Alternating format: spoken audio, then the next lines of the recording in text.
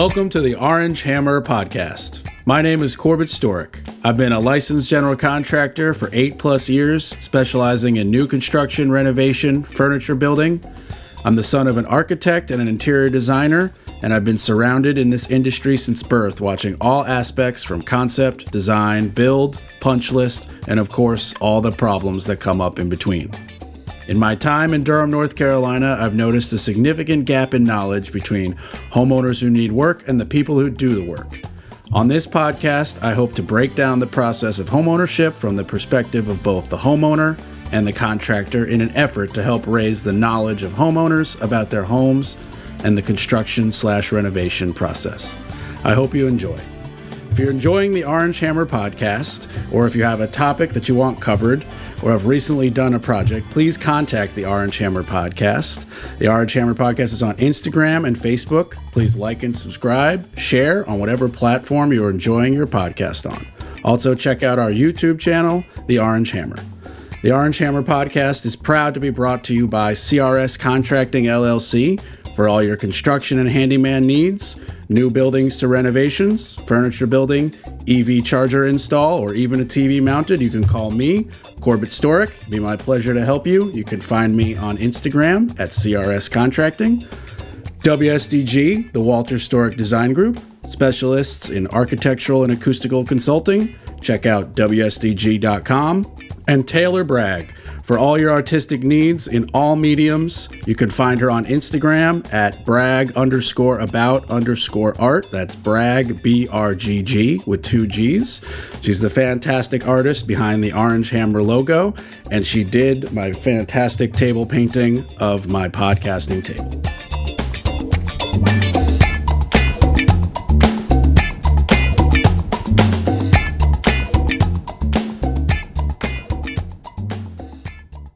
Okay, my guest today, my good friend, Joe Braun. Joe, how are you doing this morning? I'm doing great. How are you doing, Corbett? I am doing very well. You have won a podcast guest award for first guest to bring me something. Oh, yeah. Really? Yeah, you're the first one. This gentleman arrived with beautiful Krispy Kreme donuts that we had over a coffee as a podcast delight, and it was magical, and I must thank you again. Well, I figured with at least coming behind my real estate agent, she probably set the standard high, so I knew I had to do something. But Stacy is amazing. Luckily, Stacy Sloan, a friend of the podcast, is our reason for being introduced. But she's done enough over the years. She did not have to arrive with anything to the podcast. As much as she does. She got a free pass for sure. Yeah, definitely. She gets a few free passes. Yeah, yes, she does. Yeah. So that's a perfect segue to how we got introduced. So Stacy, I believe you reached out to Stacy. Looking for a contractor to help me do something because one of my contractors had fallen through. Yeah, exactly. And as you know, in this market, contractors will promise you everything, and sometimes they don't show up. Yeah, it's definitely an issue. I don't believe, in my personal opinion, that it is specific to this industry. I actually kind of believe that it's kind of specific to this generation, unfortunately. No call, no show, no text. Like, there's no more 2-week notice. That whole world vanished. Yeah, and what I don't understand is the older people do the same thing. The older contractors they don't call, they don't tell you. So it's less a generation and more just how this time in history is accurate, acting. And in the industry right now, they're like everybody else. They're having a hard time finding good help.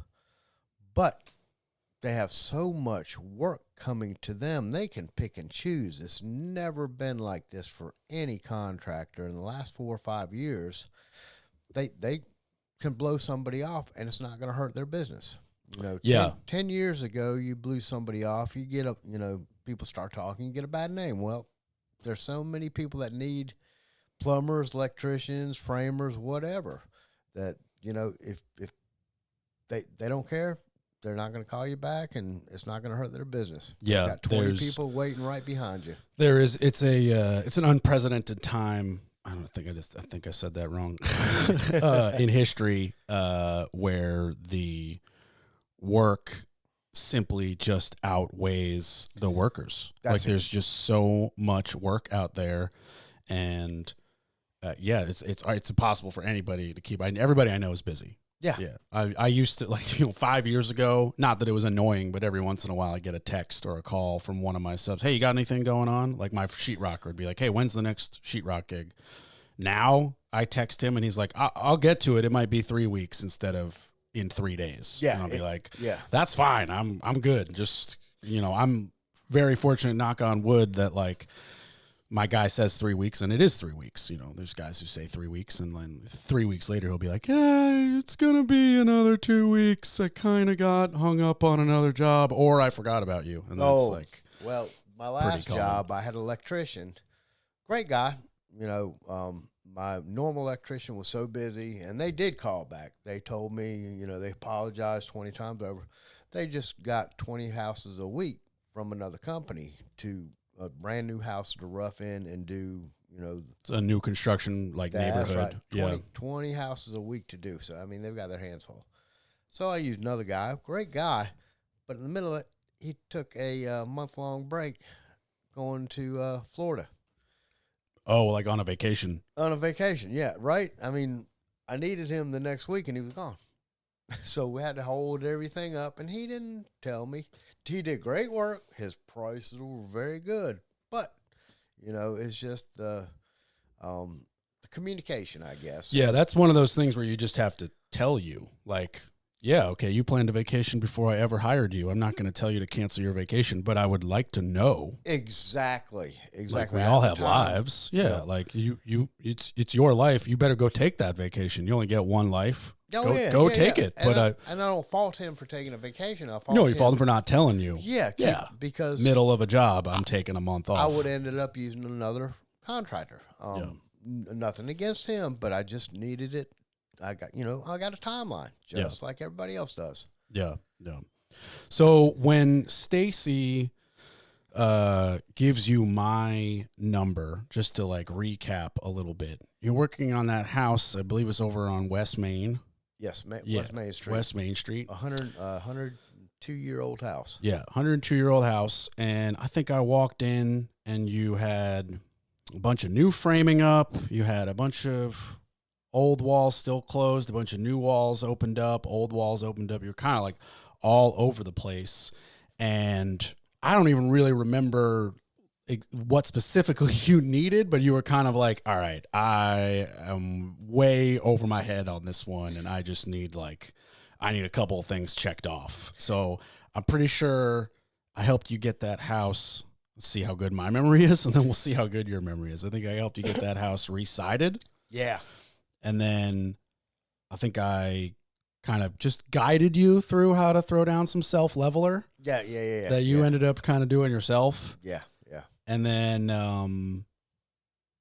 I think maybe I gave you my sheetrocker, but you didn't end up using him. No, I can't 100% remember. Let my painter do the sheetrock work. Yeah, gotcha. Ray came in and did the siding. Yes. And he was and he built the deck for me as well. Right. Yes, and the deck. He did great work. And since then, I've had him do my parents' roof, and he did the windows for me at the last house I did. Yeah. He's super good guy. I like him. Yeah. My most current project, he did the entire framing of the extension. Yes, I know. In fact, he called in sick for you for one or 2 days, and he did my windows in. I don't think he even called in sick. I think he was just like, I've got to go do this job. And I was like, dude, that's fine. The difference between Ray and some other people is he's pretty good at communication. Yeah. When he says it will be done in a week, it will be done in a week. Oh, yeah. He might not be there all 7 days, but it will be done in that week. Oh, and he goes the extra mile. Yeah, he does. And he's not going to nitpick your money. No. And I've given him extra money. give them a cash bonus, just because it's the contractors I've been through. It's so nice to have somebody like that. Yeah, and I've teamed up with Ray in literally every capacity. I mean, I can think of a job where him and I actually worked together, where I was like, I kind of was planning on making a little bit out of building this mini staircase and deck project. So like, you want to just help me knock it out, and we'll just we were carpenters together with his son, and the three of us just built this thing in a day instead of 3 days. Yeah. Just like, all right, let's just knock it out. Yeah. Yeah. But literally the guy's doing, an entire, all new windows. We ended up gutting this house further than we had to. So we had to pull off right down to the studs on the outside as well. So we had to do all new sheathing, the zip sheathing and the tape, window install, interior framing, an entire extension, 2 directions. So a whole roof framing, exterior wall framing, 2 covered porches, 4 staircases. I mean, it's like, yeah, he's been doing an entire thing for me. And it's awesome because right now we're kind of at like a stop for him. And all the, the guts have to get put in, and then he's going to come back in and actually do, my interior doors, my trim, my cabinets, normally all the stuff that I would do. But personal note, I'm going to have foot surgery, so I won't be able to literally do anything. So he's going to kind of step in for me on this house. And I've been trying to step back from doing a lot of that stuff. I've been hiring, the laminate floors are easy enough to put down. I pay somebody to do it now. Yeah. Let's jump into you a little bit more deeply, because you said you're stepping back, but nobody knows what you're stepping back from. So before you even get into this industry, didn't you say you were working off air? You told me you were working in a machine shop. Yeah, I worked in a machine shop from I think 19 to 32 years old. Okay, 19 to 32, and then at 32. What do you do? I believe you start a landscape company? Yeah, that company I worked for was a pre-consumer press company, and we had 9 plants all over this country, and I'd get to work at different ones. But anyway, I was planning on retiring from there. In '99, they went bankrupt and closed the doors. Oh, okay. After almost 100 years worth of business. And I'd always done landscaping on the side before I started working at the machine shop. And it was just something I decided to do for a couple years to figure out what I wanted to do.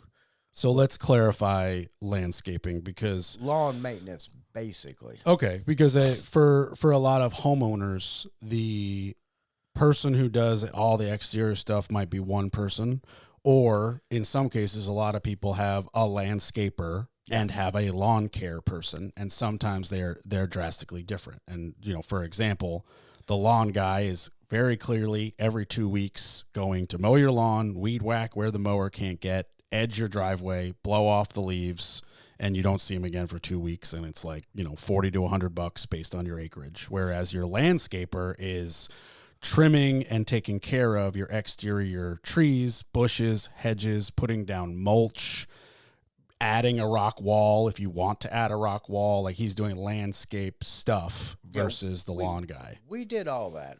So you were you were a one umbrella. Yeah, but I didn't do new installation. I would just clean up existing beds. I would redefine beds and build new beds, but I didn't do any brand new work.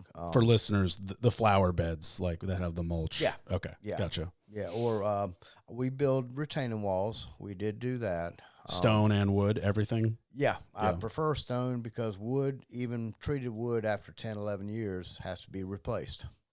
Well, but unless you're using those like 8x8 horizontal with the big stakes. I've got one 12 years old. It's beautiful. Yeah, yeah. Give it a couple years, and I've had to replace them. I have one that lasted 18 years, and the 8x8 like you're talking about. And I've got a deep drill, and I'll drill rebar through it and drive it into the ground. That's how I see it being done. If that's what I guess now that I say it, the reason it's probably lasting longer is because it's only touching gravel. It's not touching dirt. Oh, yeah. So that's different. And it's more of a driveway step situation than it is like a dirt defining flower bed. So I guess I should clarify. Yeah, these were holding dirt back. Right. So the dirt obviously will corrode anything quicker because the dirt holds the moisture. The gravel lets it drain away. Right. And as we've said on this podcast, water is the enemy. So the landscape company was going pretty well. We first started out, first 10 years, we were commercial only. We didn't do residential work. We did apartment complexes. Okay. We had 17 apartment complexes under contract at our biggest year, and we had all the Department of Motor Vehicle buildings, which were weigh stations, highway patrol stations, and what else? Where you get your driver's license at. Like the DMV. The DMV, that's Gotcha. exactly right. Between Greensboro and Raleigh, and in Raleigh on Blue Ridge Road, there's 14 buildings over there that are all DMV buildings. We took care of all that. How do you go about acquiring that government contract? They came to me. Really? They came to me after my first 4 or 5 years of business, 2 or 3 years of business, I was banging on doors, and I'll give you a prime example. I went to Willowdale Apartments 4 years in a row, and I'd cut Willowdale Apartments on a crew that I used to work part-time for, so I knew that property pretty well, and there was a place called The Landing behind it, and I went to them for 4 years. Well, on the 4th year, I got both of them because you know they realized I'm there for the count, and in the meantime, I picked up 5 or 6 other apartment complexes, and then apartment managers leave apartments and go to new apartments, and they keep you. Yeah, because they know what they got. And in the landscape business, what you do is you're a service company. We're not there to cut the grass. We're there to make the owner's job easier. He doesn't have to worry about the landscape and pruning bushes. Doesn't set any of that up. We used to take care of all that. And, the state was the same way. They wanted their place looking good. And it's just something that nobody needed to worry about. Love the job, but there towards the end, as you touched on, the millennials are different kind of workers than what I'm used to, what I grew up in.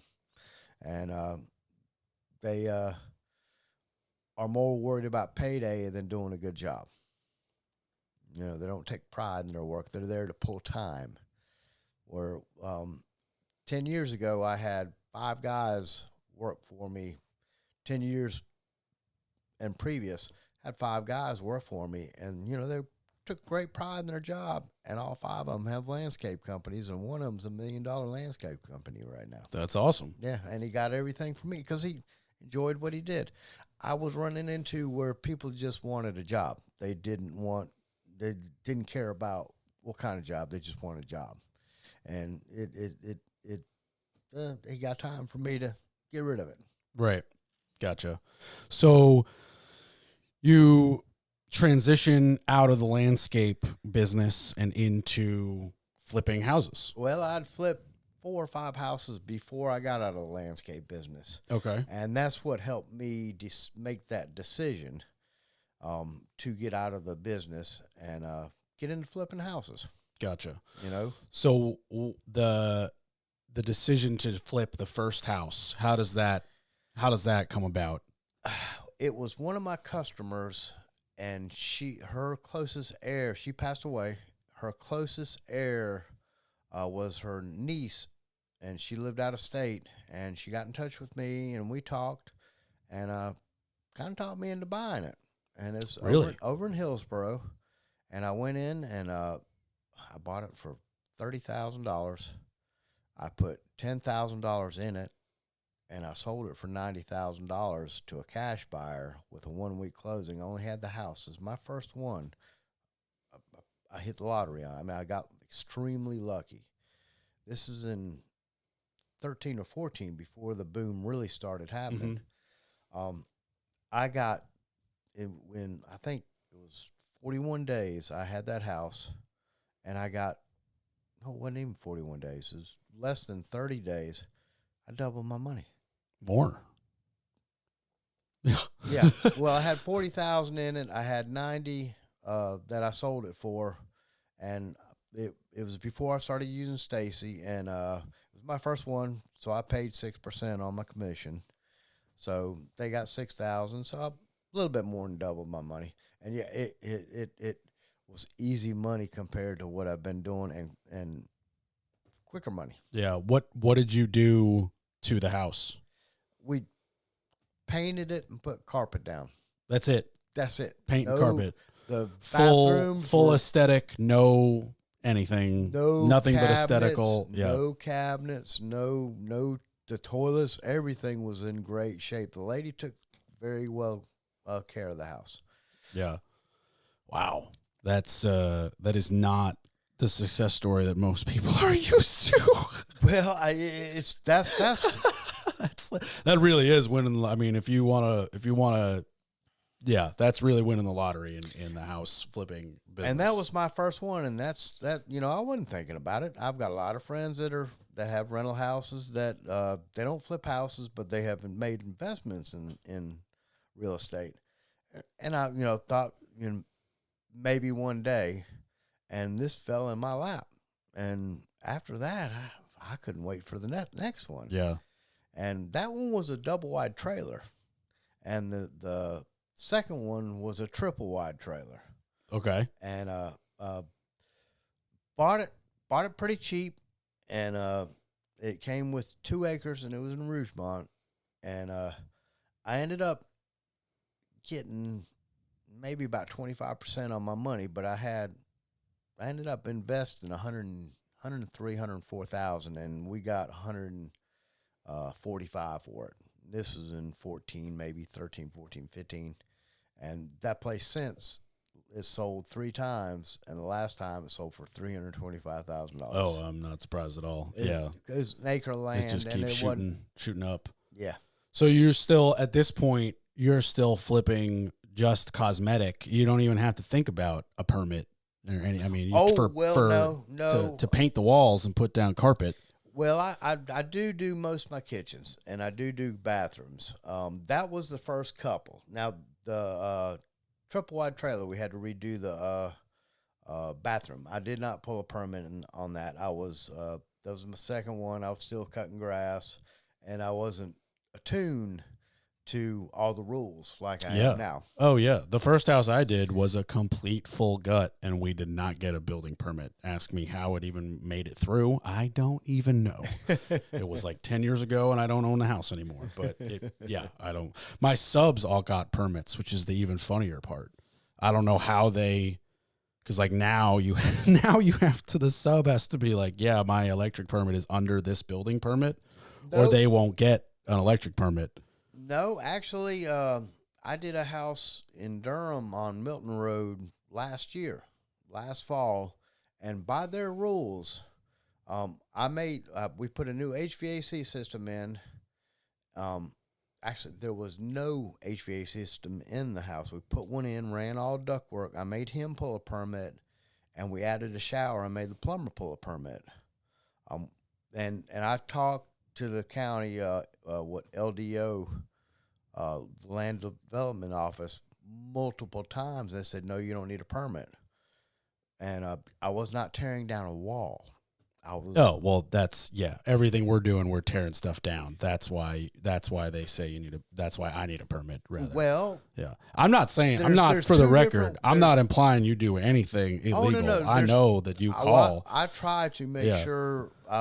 Well, they ended up coming in and saying I needed a whole house permit, and I was shut down for 3 weeks. This was after 3 weeks of talking to 2 different inspectors. Okay, hold on. I want to detail this more. Okay, so this is in Durham. Let's start. Where is it? It's Milton Road. Okay, Milton Road in North Durham. Okay, you buy a house and you want to add an HVAC system, not replace because it doesn't exist. Exactly. Okay, there's no heat, there's no air. There was baseboard heat and window units. Okay, so there's baseboard, and baseboard heat is electric. Yeah. Okay, so you got electric heat, and you've got window units, so you've got no AC. Yeah. Okay, and then you want to redo the bathroom. We added a shower where a closet was in the master because it only had a Okay. toilet. Right. Okay. So you do some research, and according to your research, you need the mechanical guys to pull a mechanical permit to put in an air conditioning, which I don't know anybody who's listening who would disagree with that. Well, every mechanical guy needs to pull a permit for whatever he does. Besides servicing. Yeah, 100%. And then the plumbers had to pull a plumbing permit because they have to cut and tie in with the new shower. Because it's a new shower. It's a new shower. So there's a whole new drain system that connects to your existing drain system for your water to go out and connect to your sewer and run. Absolutely. And you want that inspected. Okay. So I'm with you now. So now you're saying after you do your research and everybody says you don't need a building permit, which for the record, I disagree. I'm not saying I'm right. I just disagree. Yeah, well, I was just trying to go by their rules and streamline it, make it as quick as possible because wasn't much to do to this house. And if you read their rules... Well, I disagree. Get the $125 building permit and everything run like shit through a goose. Well, but hold on. I just want to detail this story, this specifically what happens. I will. I get building permits even when they tell me I don't need a building permit from now on. Oh, from now on. Yes. Okay. I'm not going through this because I was, I was trying to go by all their rules and what they said, So what occurs, at what stage of the job does who come by and red tape the job? Because I've never actually had that happen. So I want to know, like, where were you in the phase of the project? Had the AC been done? Was the rough-in done? Oh, yeah. The AC was done. Was it roughed in? HVAC inspector had come out. The rough-in or the final? Rough-in and final. Okay, so your AC's done. Check. Yeah, okay, so now the plumbing, is the shower done? Rough-in came in, and he's the one that said something to the main inspector. Not the main inspector, but one of the guys out on the road. And so to clarify, the lower level plumbing inspector said to his higher level plumbing inspector boss, no, to the framing inspector, which, as you know, the framing inspector basically is the one that runs the whole job. The plumbing goes through him. Okay, so I guess this is where you lose me as an actual contractor. If you didn't have a building permit, why did you even have a framing inspection? I didn't have a framing inspection. He was the one that came over and shut me down. So the plumbing inspector calls the framing inspector, I guess, and he shows up. Well, and I'm not trying to be. I'm not going to say any names. No, we're only doing positive shout outs on this. Well, on this podcast. He had a chip on his shoulder. That may be. I don't know who it was. He came in with a badge, building inspector badge, and he said, "I'm shutting you down." So what for? He said, "You've done some plumbing work and HVAC work, and you don't have a whole house permit." Well, I didn't take any walls down, and I said, "I did everything by the book. Otherwise I wouldn't have had the plumbers pull a permit. That is by me. I made the plumbers pull a permit. I wanted." Yeah. And because of everything I read, I didn't need it for what I was doing. And he came in and shut me down. Took me 4 weeks to get everything straight. And I'm not gonna argue with him because I know it's pointless to argue with him. I was mad, of course, but I didn't let him know it. I shut it down, did what I was supposed to do. He comes back the next time, walks in, spends 3 seconds there, said, "Okay, everything's good." Turns around, walks out. I can understand the frustration on that particular instance, but I mean, I'm not even a fan. Let's be real freaking clear. I am not a fan of permits, and I'm very much not a fan of the Durham permit office and the Durham inspection team. I have many bones to pick. That could even be an episode, and I don't want to get in that headspace right now. But as a contractor, I'm like, you needed a building permit. Like everything you just told me, I'm like, wait a minute.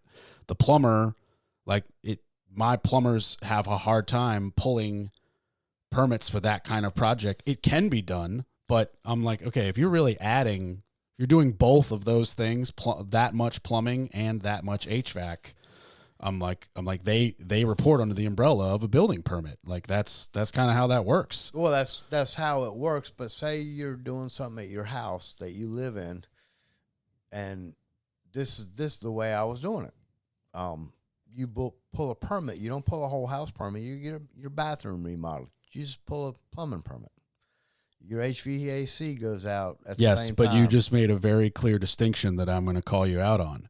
Bathroom remodel and bathroom addition are different. You said you added a shower into a closet. You said yourself you added a shower where there was no shower. Yeah. I'm not on the side of the permit guys. Yeah, I'm like, when you add that's different than I demoed a shower and I redid a shower. Oh yeah. That's very different than I added a shower where there was no shower. Yeah. That's all. And so I'm done busting your chops. So 4 weeks later, that's how long it takes you to like get the permit and get it approved and give them plans and draw the plans up and draw everything. A quick plan, which probably didn't take that long because you weren't demoing any walls. All I did was drew the house twice the same exact way.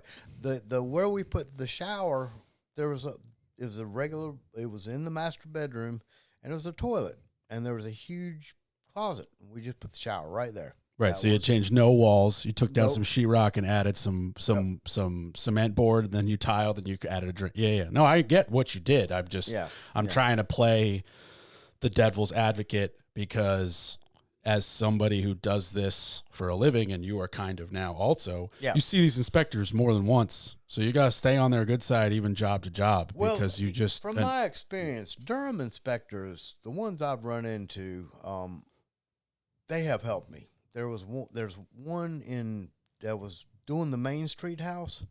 He really helped me. He had really helped. Do you remember who it was? Oh, I know his name. Who was it? His last name's Miller, and I'm trying to remember his first name. A real nice guy, and he would come in, and I could call him with questions, and he understood. I'm trying to do everything right, and touching back on the Main Street, I did all that framing myself, and that's another reason it took me so long, and that's a reason I don't want to do a lot of that stuff, because it's a whole lot quicker for a company to come in and do it. It might cost me a little bit more, but I sell the house quicker. So, and that's what it's about to me. Yeah. And that's when you came into the Main Street house, that's where I was. I pulled up all the subfloor, put the subfloor down, and I was working on reframing, and I had the jacks holding the second floor up when I was reframing that house. Yeah. Yeah, I do remember that. And then I remember, I mostly just remember the leveling issue. So we were trying to really figure out like the best way to do it. And I was like, unfortunately, I have a lot of experience with self-leveler because I've bought some, let's just say some questionable houses in terms of their foundation and how level they've been. But hey, you get it done. It does work out. So you are basically, an acting GC who's not a GC. As long as I own the house, I can be a GC. Yeah, for that house, I cannot help anybody else on their own stuff, and I don't want to. Yeah. So I know, and I'm working on getting my contractor's license. Yeah. So I that's good. You should. I know that if you want to do a new construction, you can, without a license, do a new construction, but you have to live in it for, I think it's 2 years. Mm-hmm. I think it was 1, and now it might be 2, before you sell it. Yeah. So that doesn't apply when you're doing these kind of like flip renovations, because you're buying a house that has been determined to have been like structurally sound and built for enough years that you don't have to worry about that. And you're just going in and like, okay, whatever it may be specific to the job, but you're not doing enough modification that you not having a license is an issue. Right. Because over the $30,000, you still got to get the lien, and it's your house, so you don't need. You can just fill up that form that's acting as a general contractor. That's exactly right. So the only thing that you're missing is just the occasional knowledge gap between you and like somebody who's doing this, regularly. I have learned so much. I have learned. I mean, this last house I did,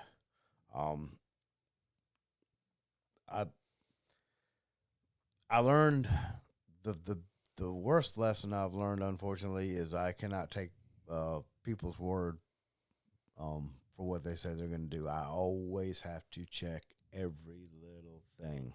I mean, and that's the first thing you should have learned when you wanted to be a contractor. Well, you're a babysitter, bro. That's what I am. Well, I do check everybody. My painters, I've had so many problems with painters, and then it's because you don't use my painter. I'm just gonna say I've gone through 7 because I've never had a problem with my painter that isn't one text and it gets fixed. Yeah, like, hey man, you forgot that. Okay, I'll be there tomorrow. Or hey, this looks bad. Oh, we're gonna re-roll the whole wall. Like, it's just always done. Yeah. But also, my painter is my roofer and my sheetrocker in one guy. Oh, so roofer as well. Yeah, and metal or shingle or rubber. Like, he does everything.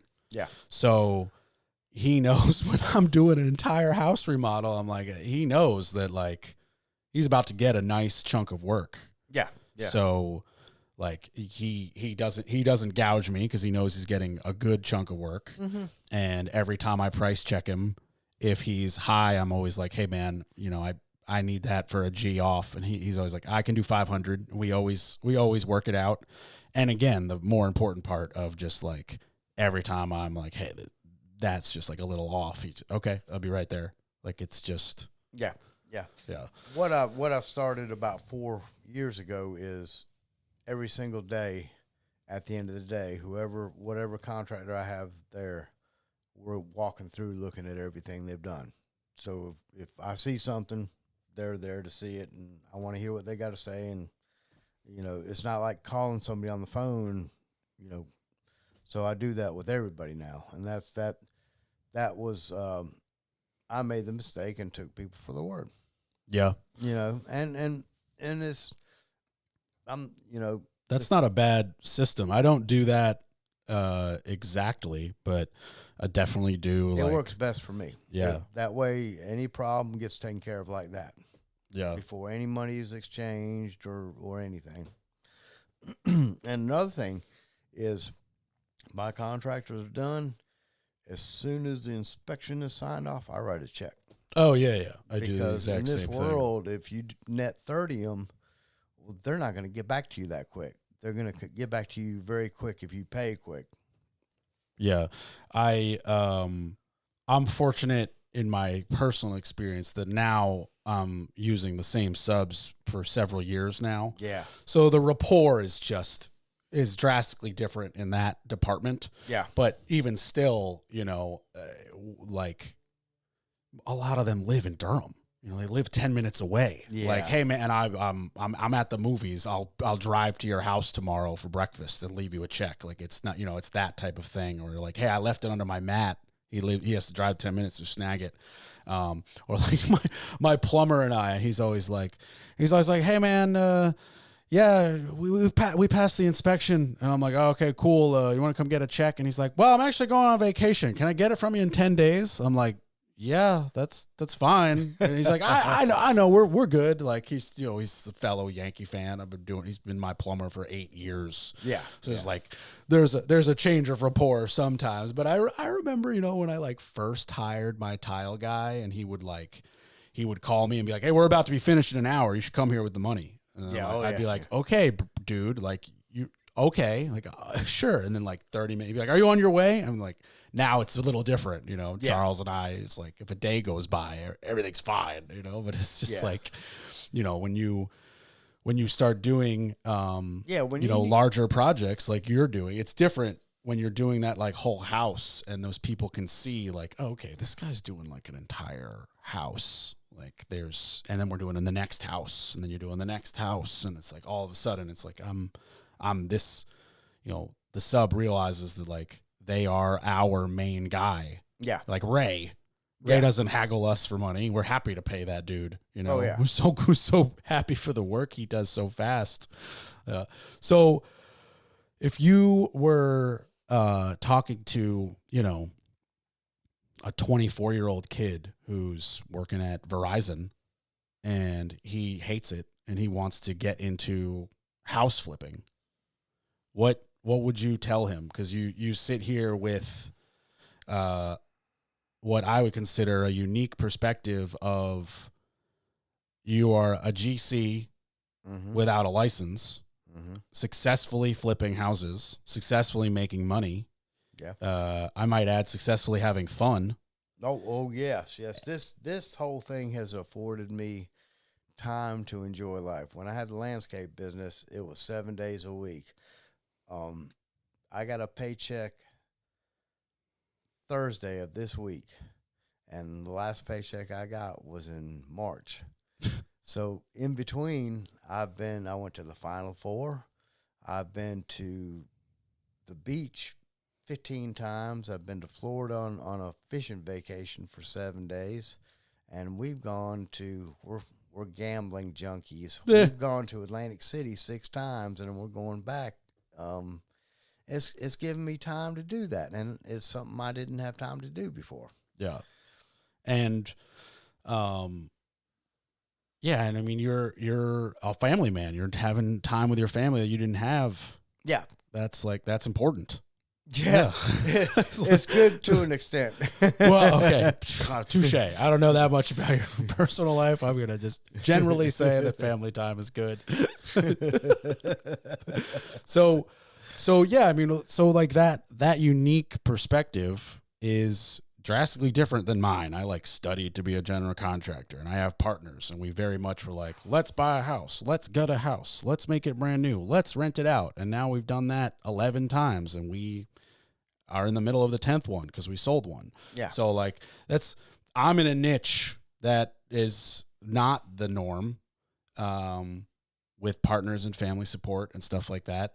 But if you're talking to somebody who doesn't have that, and they love the idea of getting into that kind of work, but they don't know how to jump in, what would you, if it was you in a time machine or somebody you met, at Starbucks, what would you tell them advice wise? The financing. Now, I've never financed any of my places. I tried to use one of those flipping companies or a bank. The financing is a big hurdle. 24 years old, it might be a stretch to get into something like that. But if you can, you got to live when you have a project going on. And my projects usually take me a month and a half, 2 months from start to finish to take this tore up house full of trash, clean it out, put new cabinets in, do all that. I live it. I say, I've said I've gone on all these trips, but it's not when I've got a house going on. I'm at that house 7 days a week, moving to get it gone quick. And you just got to get up and go, I guess, is the best way I can put it. Yeah. You got to have it. You got to be very ambitious. You can't take a day off until you've sold that house. Then when you sell the house, then you can take a day off. You go down to Mexico for a week or two. You do stuff like that. I feel like that was specific for a reason there. But to me, it's a great trade-off. I'll give a month and a half of my time to go have a great vacation. Yeah. Yeah.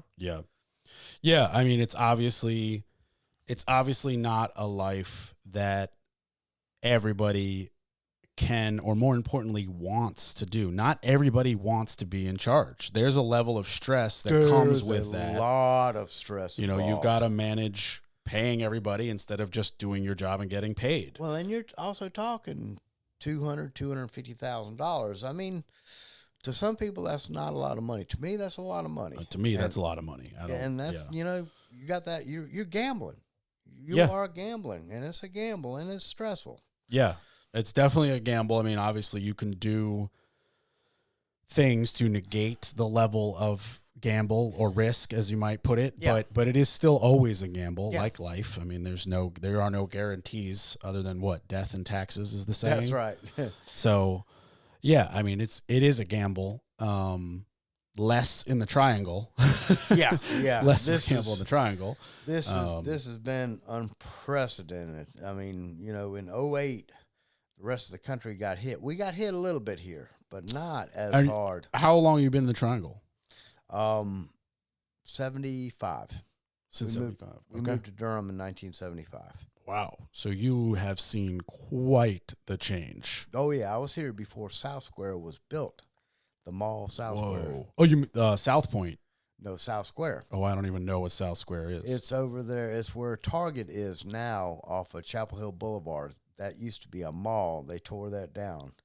Oh, Now, South Point was just woods. When I was a kid, I went to Pearson Town off of Barbie Road. And that's right down the road from South Point, and that was woods. There was nothing over there.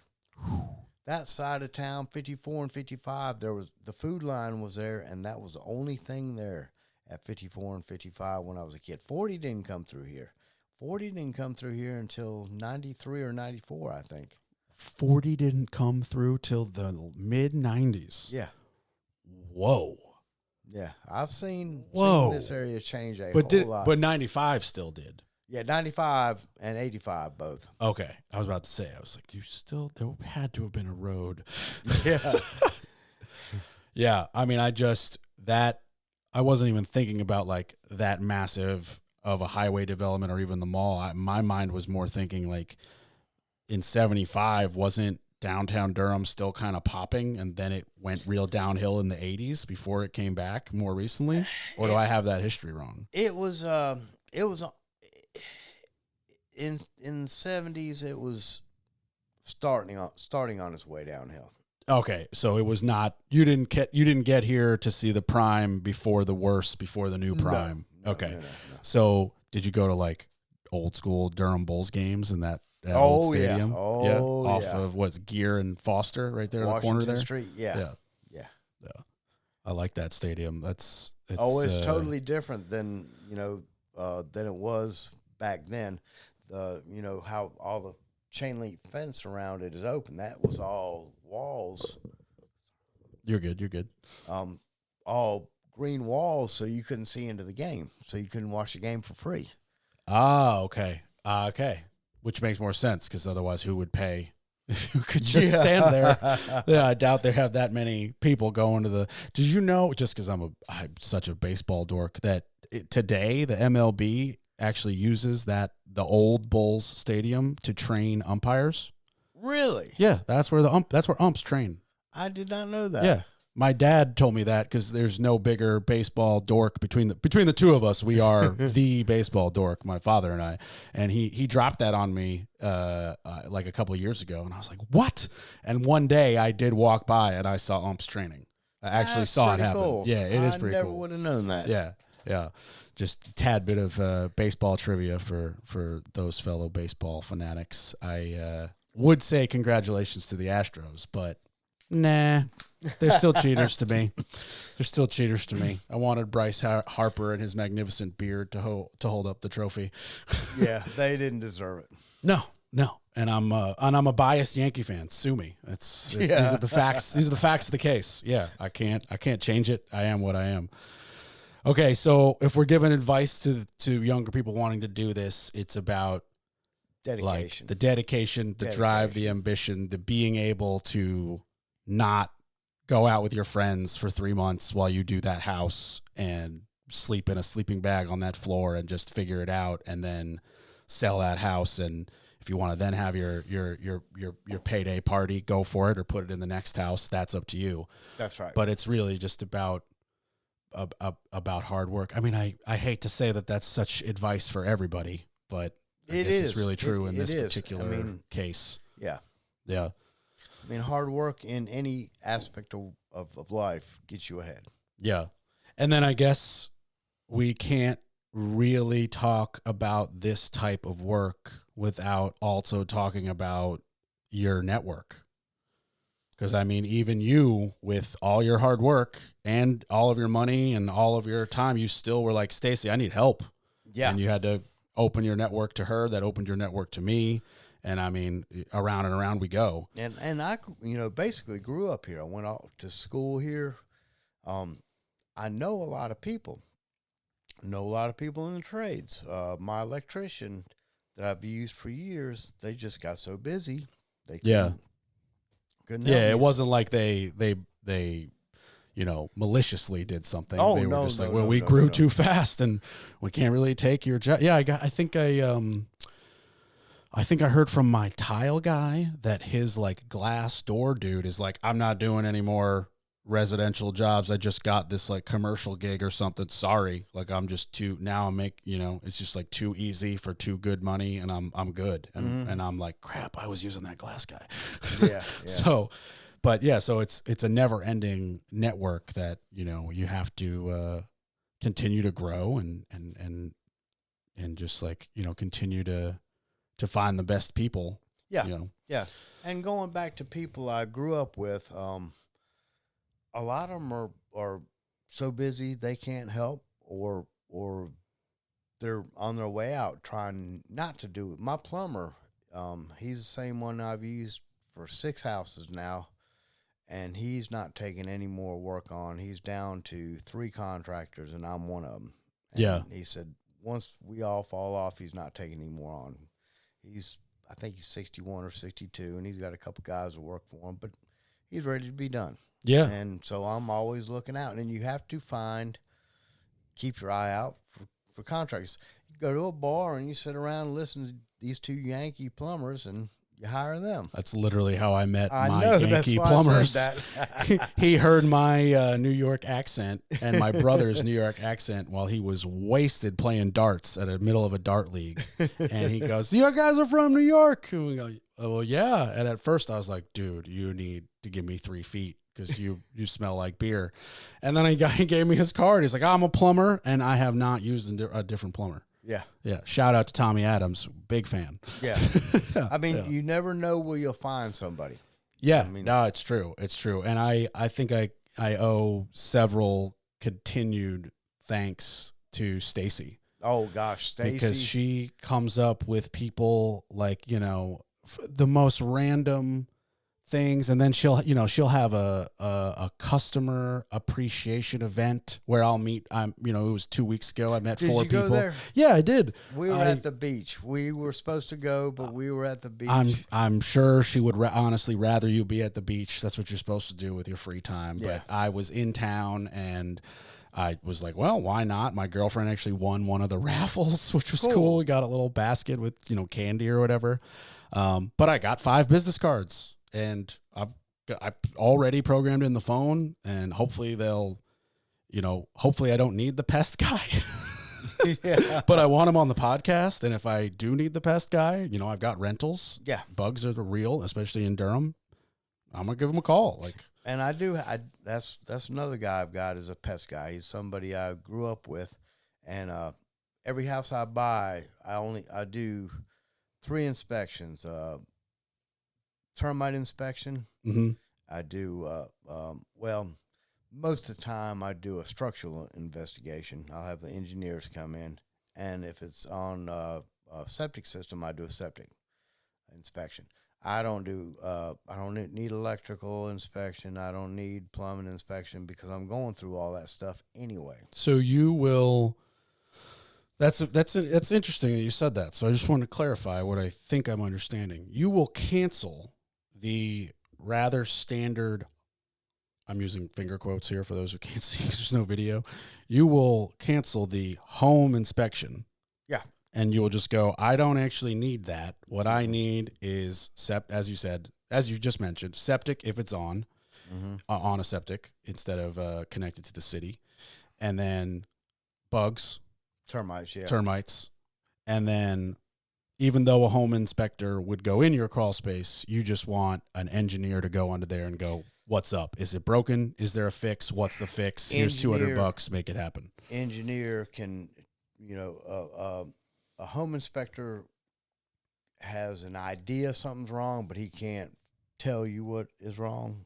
An engineer can come in and tell you exactly, what needs to be done to rectify this problem. Gotcha. The home inspector, I crawl all through the attics, all through the crawl spaces before I buy a house. I go through most everything. The home inspector is going to write up stuff I already know. Right. And I used home inspectors for a couple years, but I don't use them anymore because everything that I'm going to switch out is something they're going to write up. And it's a waste of money. For me, it's a waste of money. Oh, no, I agree. For me, it's a complete waste of money. For somebody buying a house, it's well worth their money. Yeah.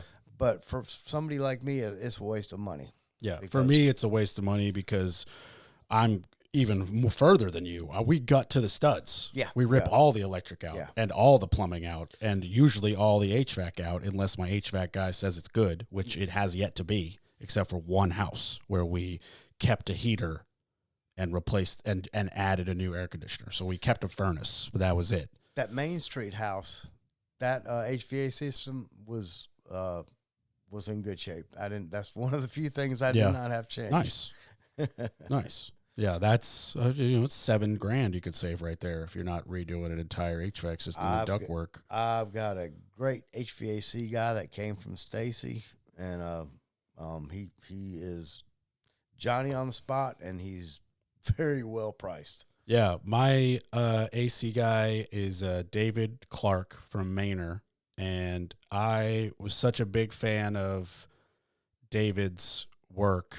Similar to what you said about apartment managers leaving and keeping you, he left. He switched companies, and I went with him because I was like, I don't actually know the people at the other AC company he was working at. I text David's cell phone, and I'm like, I need this to happen, and he makes it happen for me. Yeah. So when he changed over, even though he's not a technician, he's like head of sales. Yeah. He still was trained as a technician.